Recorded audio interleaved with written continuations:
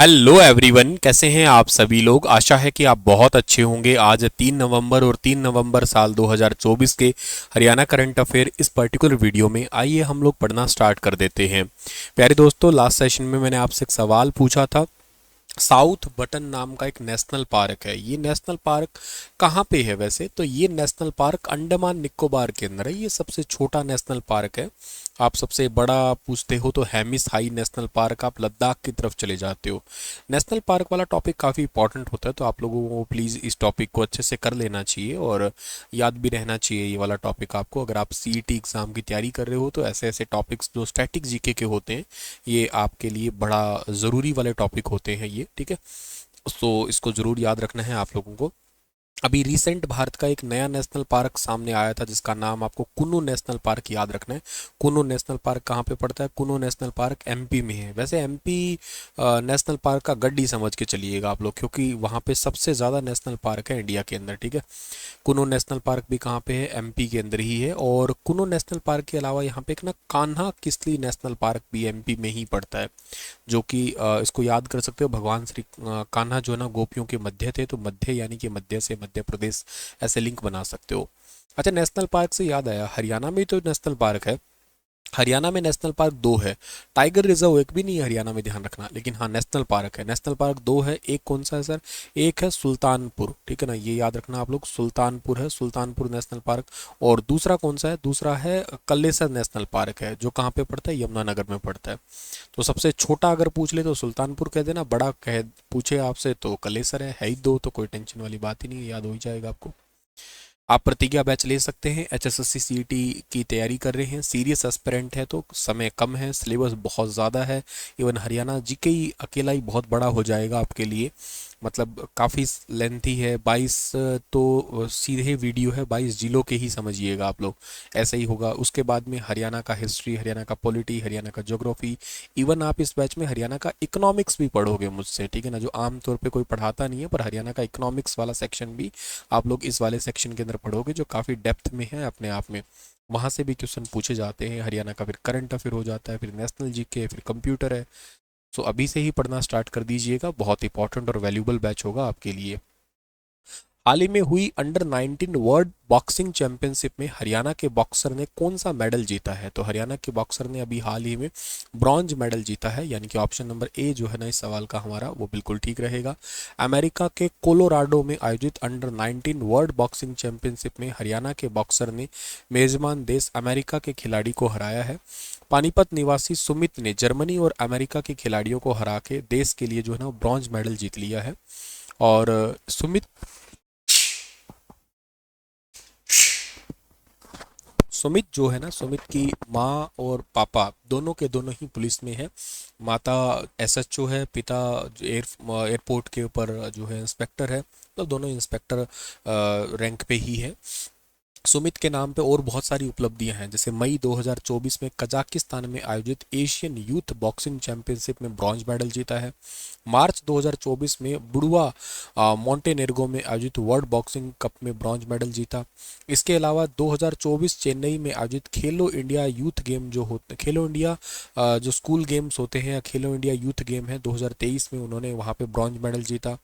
इसके अलावा जो है ना अक्टूबर 2023 में साउथ गुजरात इंटर यूनिवर्सिटी में गोल्ड मेडल जीता इन्होंने। जनवरी 2024 में दीव बीच गेम्स में गोल्ड मेडल जीता और साथ ही बेस्ट बॉक्सर अवार्ड भी इनको मिला था।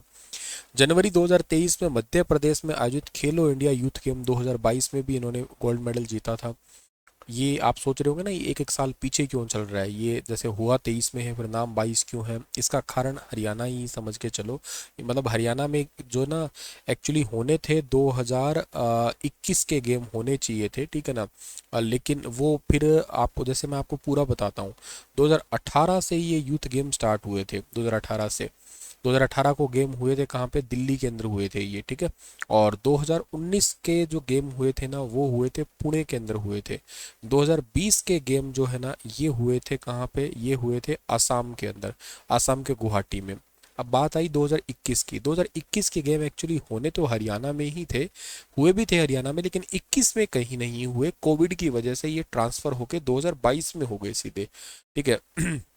अब इनका हुए 22 में, पर नाम इनका 21 वाला ही चला। हरियाणा के पंचकुला में हुए थे, हालांकि पंचकुला, चंडीगढ़, दिल्ली, अंबाला और शाहबाद ऐसे अलग अलग स्टेडियम यूज़ किए गए थे, पर मेन पंचकुला में ही थे। अब देखो, हुए 22 में नाम 21 वाला ही है। आगे फिर हुए 22 में नाम फिर आगे अगला चला, जैसे मान लो हुए 23 में नाम 22 वाला ही चला, फिर हुए 24 में नाम 23 वाला चला, ऐसे करके एक एक साल का फिर गैप चल रहा है ये। तो आप कंफ्यूज ना हो इसलिए बता दिया ये। और हरियाणा इसमें जो है ना एक्चुअली थर्ड पोजीशन पे रहा था, जो लेटेस्ट हुआ था इसमें ओवरऑल थर्ड पोजीशन पे रहा था। नंबर 1 पे महाराष्ट्र था। ठीक है। जुलाई 2021 में सोनीपत में आयोजित जूनियर नेशनल बॉक्सिंग चैंपियनशिप में जो है ना वो सिल्वर मेडल जीता गया इनके ही द्वारा। ठीक है। तो अगला सवाल है कि हरियाणा के किस जिले की मंजू शोराण ने ब्यूटी पेजेंट प्रतियोगिता के अंदर गोल्ड मेडल जीत लिया। तो गोल्ड मेडल इन्होंने जीता है, ये कहाँ की रहने वाली है, ये हरियाणा के चरखी दादरी जिला जो है ना यहाँ के रहने वाली है। चरखी दादरी जिला हरियाणा का अभी लेटेस्ट ही बना हुआ है, मतलब अब तक का तो सबसे लेटेस्ट कह सकते हो आप लोग चरखी दादरी ही है, जो मैंने आपको शायद कल परसों की क्लास में थोड़ा बहुत इसके बारे में जो है ना वो बताया भी था, आपको शायद थोड़ा बहुत याद हो तो, है ना। और चरखी दादरी के ये कहाँ की रहने वाली है, चरखी दादरी का इनका गांव बिरला है, यहाँ की मंजू शोराण है। इन्होंने पुणे के अंदर ताज इवेंट एंड प्रोडक्शन के द्वारा आयोजित ब्यूटी पेजेंट प्रतियोगिता में जो है ना वो मेडल जीता है। तो इस पॉइंट को आप लोग जो है ना साथ के साथ में याद जरूर कर देना। पेपर में ऐसे ऐसे छोटे छोटे सवाल जो है ना वो बड़े काम के होते हैं और बहुत ज़रूरी भी होते हैं, तो आप लोगों को याद रहने चाहिए ये। वैसे चरखी दादरी कब बना था याद है आप लोगों को, एक बार फिर से रिवाइज करो तो आप लोग। चरखी दादरी बना था 1 दिसंबर 2016 को जो है ना ये बना है ऑफिशियली स्टेट के रूप में, हालांकि घोषणा तो इसकी 16 नवंबर को ही हो गई थी इसी करके। ठीक है। अच्छा, कुछ चीज़ें और हम लोग यहाँ से सीखने की कोशिश करते हैं। लाइक अगर हमसे पूछा जाए कि हरियाणा के अंदर ना पीर मुबारक शाह की दरगाह जो है ना वो कहाँ पे है। पीर मुबारक शाह की दरगाह अगर आपसे पूछी जाए तो आप कह देना ये चरखी दादरी के अंदर ही है। इसके अलावा आपसे पूछ ली जाए कि बताओ कपूर की पहाड़ियाँ कहाँ पे है, तो भी चरखी दादरी कह देना। इसके अलावा आपसे ये कह दिया जाए कि हरियाणा के अंदर जो है ना इमलोटा का मंदिर कहाँ पे है, इमलोटा का मंदिर, तो ये भी चरखी दादरी में ही बताना है आपको। रंगीला हनुमान मंदिर अगर आपसे पूछ लिया जाए तो भी आप चरखी दादरी ही बताएंगे। ठीक है। इसके अलावा आप कुछ और बता सकते हैं, जैसे बहुत इंपॉर्टेंट नाम आप बता सकते हो यहाँ से कि एक राम किशन डालमिया का नाम यहाँ से आ सकता है, काफ़ी इंपॉर्टेंट नाम है। सेठ राम किशन के नाम से जाना जाता है उनको। 1939 में एक ना इन्होंने एक सीमेंट उद्योग की स्थापना की थी, एक्चुअली बहुत बड़ा सीमेंट उद्योग था उत्तर भारत का। और बाद में 1981 में सीमेंट फैक्ट्री का अधिग्रहण जो है ना सीमेंट कॉरपोरेशन ऑफ इंडिया ने फिर बाद में कर लिया था इसका। ठीक है। तो ये भी काफ़ी चर्चा का विषय ही रहता है, तो याद रखना। और हरियाणा का ऐसा जिला जिसकी कोई भी सीमा नहीं लगती किसी राज्य से, चरखी दादरी की भी नहीं लगती और रोहतक की भी नहीं लगती। रोहतक और चरखी दादरी दोनों की ही सीमा जो है ना किसी अन्य राज्यों के साथ नहीं लगती है। ये क्वेश्चन हरियाणा में ऐसे वाले तो कई बार ही आ गए हैं, रोहतक और चरखी दादरी की सीमा नहीं लगती है। चलिए, कुछ क्वेश्चन आप लोग जो है ना प्रीवियस वाले हैं जिनको आप लोगों के पास में रिवीजन के रूप में याद रहने चाहिए, ये कि हरियाणा में नई चुनी गई विधानसभा है उसमें विधायकों की औसत उम्र कितनी साल है। हरियाणा में आप सबको पता है कि नई विधानसभा 15वीं विधानसभा चुनी गई है, इसमें ऑन एन एवरेज उम्र कितनी है, उनकी उम्र है 55.6 साल है। 2019 में ऑन एन एवरेज उम्र सबकी 54.8 थी, इस बार ये 55.6 है। सबसे युवा विधायक जो है ना वो आदित्य सुरजेवाला चुने गए हैं, 25 साल के हैं। सबसे बुजुर्ग 80 साल के रघुवीर सिंह कात्यायन है, ये चुने गए हैं। 13 विधायकों पर आपराधिक मामले हैं, कांग्रेस के 7 है, भाजपा के 3 है और 3 ही निर्दलीय है। पूर्व सीएम भूपेंद्र हुड्डा, सबसे अधिक मामले इन्हीं के ऊपर ही है, 8 मामले हैं आपराधिक मामले। धन और संपत्ति की बात की जाए तो विधायकों की औसत संपत्ति 2019 में 18.29 करोड़ रुपए से बढ़ के इस बार 24.87 करोड़ रुपए है, ऑन एवरेज हर एक बंदे के पास में है समझो। सावित्री जिंदल जो हिसार से निर्दलीय जीती है, हालांकि बीजेपी में शामिल हो गई, इनके पास 270.66 करोड़ रुपए की संपत्ति के साथ सबसे धनी विधायक है, बल्कि ये तो भारत की सबसे अमीर महिला है ही। सबसे कम धनी विधायक कपूर सिंह है, भाजपा के भवानी खेड़ा से, जिनकी संपत्ति केवल 7.2 लाख रुपए है। अगर बात करते हैं एजुकेशन या इनके व्यवसाय की, बिजनेस की, तो 61 विधायक कम से कम जो है ना वो ग्रेजुएट तो है ही है, और केस मतलब स्नातक तो है ही है, तथा विधायकों में 2/3 सदस्य जो है ना वो स्नातक है। 44% सामाजिक राजनीतिक कार्यों में, 41% बिजनेस में, 27% जो है ना वो कृषि कार्यों में लगे हुए हैं।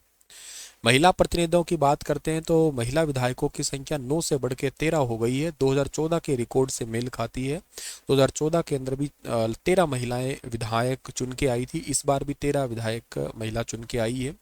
नई विधानसभा में महिलाओं की संख्या 14% है, ये क्वेश्चन आपके पेपर में आ सकता है। इसमें 5 भाजपा की है और 7 जो है ना इसमें कांग्रेस की है, ये याद रखना आप लोग। तो ऑन एन एवरेज एज पिछले साल से इस बार मुकाबला कर सकते हैं। एमएलए विद केस के आंकड़े हो गए हैं, एज वाली बात हो गए हैं। वुमेन एमएलए पिछले में 9 थी, इस बार 13 वुमेन जो है ना महिलाएं चुन के आई है। पीर पंजाल पर्वत श्रृंखला की जगत सुख चोटी पर किस हरियाणवी ने तिरंगा पर्वतारोही पर मतलब कौन से हरियाणवी पर्वतारोही ने तिरंगा फहराया है? मीनू कालीरामन इनका नाम है। मीनू कालीरामन ने हिमाचल प्रदेश की कुल्लू घाटी में स्थित पीर पंजाल पर्वत श्रृंखला की जगत सुख चोटी पर तिरंगा फहराया है। सो ये सिंपल याद करना है आपको। पीर पंजाल जो है ना ये हिमालय की एक पर्वत श्रृंखला है जो भारत के हिमाचल प्रदेश, जम्मू कश्मीर और पाक अधिकृत कश्मीर जो है ना वहाँ से होके गुजरने वाली ये है, ठीक है ना। जिसके अंदर सबसे ऊंचा पॉइंट तो माउंट इंद्रासन है और मनाली कुल्लू हिमाचल प्रदेश के अंदर ये वाला पॉइंट है। आयुष्मान भारत के तहत अब किस एज ग्रुप के लोगों को भी फ्री इलाज मिल सकेगा? तो ये 70 प्लस के एज ग्रुप है ना उनको भी इलाज फ्री में देना स्टार्ट किया जा चुका है। इसके लिए कार्ड बांटे जा चुके हैं 70 साल से ऊपर वाले के लिए आयुष्मान भारत योजना में।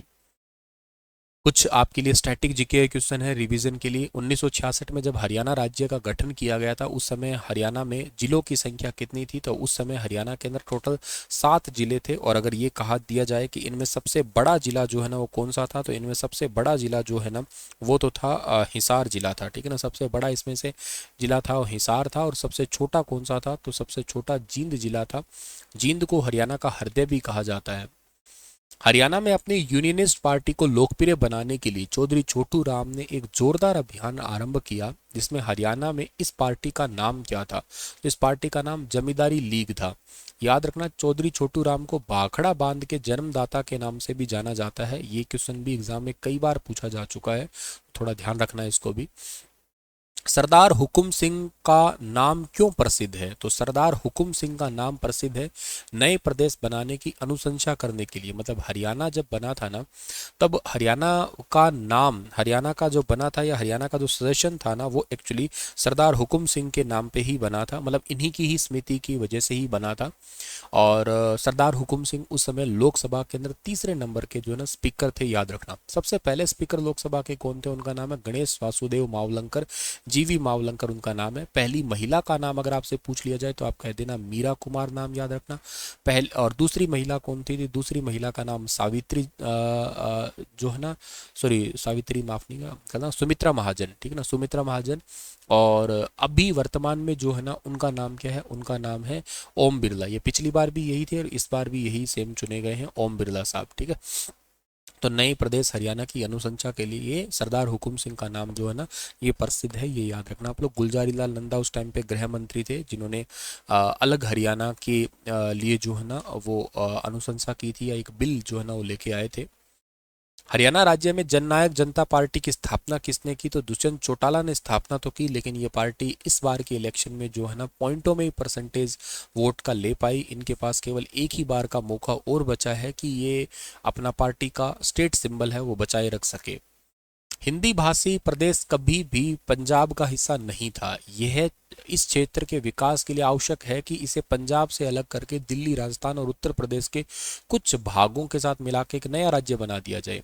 1932 में ये बात किसने कही थी? तो देश बंधु गुप्ता थे पानीपत से, इन्होंने अलग हरियाणा की मांग उठाई थी। अलग हरियाणा की मांग जो है ना वो कई जगह अलग अलग जगह पे उठ रही थी। जैसे 1926 में एक अखिल भारतीय मुस्लिम लीग अधिवेशन था दिल्ली में, पीरज़ैदा मोहम्मद साहब ने जो है ना इसकी डिमांड की थी 1926 के अंदर। और इसके अलावा जो है ना 1926 के अलावा भी यहाँ पे 1928 में दिल्ली कांग्रेस अधिवेशन था, वहाँ पे भी अलग मांग उठी थी। 1929 में भी जो है ना वो आगरा सम्मेलन हुआ था, वहाँ पे भी छोटू राम जी के द्वारा मांग उठाई गई थी। 32 में भी मांग उठी है। इवन 1931 के दूसरे गोलमेज सम्मेलन में मिस्टर जोफ्री कार्बेट का भी कुछ ऐसा ही कहना था। इसके अलावा 1946 में पटाभी सीतारमैया ने भी अलग डिमांड उठाई थी हरियाणा की कि अलग हरियाणा बने। तो सच्चर फार्मूला था लगा था, उसके बाद भी हरियाणा जो सच्चर फार्मूला हालांकि फेल हो गया था, क्षेत्रीय फार्मूला लगा वो भी फेल हो गया था। तो ये सब चीज़ें चलते चलते 1 नवंबर 1966 को जो है ना अलग हरियाणा बन गया, पंजाब से 35.18% एरिया लेके अलग हो गया, जो आज हरियाणा का 44,212 वर्ग किलोमीटर का टोटल एरिया हम लोग पढ़ते हैं। पंजाब चंडीगढ़ को प्रतिस्थापित करने के लिए नई राजधानी की आवश्यकता को पूरा करने के लिए बनाया गया था। तो लाहौर लाहौर पंजाब चंडीगढ़ को लाहौर प्रतिस्थापित, क्योंकि आपको पता होगा कि अलग मतलब आपका हरियाणा और पंजाब का हाईकोर्ट जो है ना वो भी पहले लाहौर में ही था।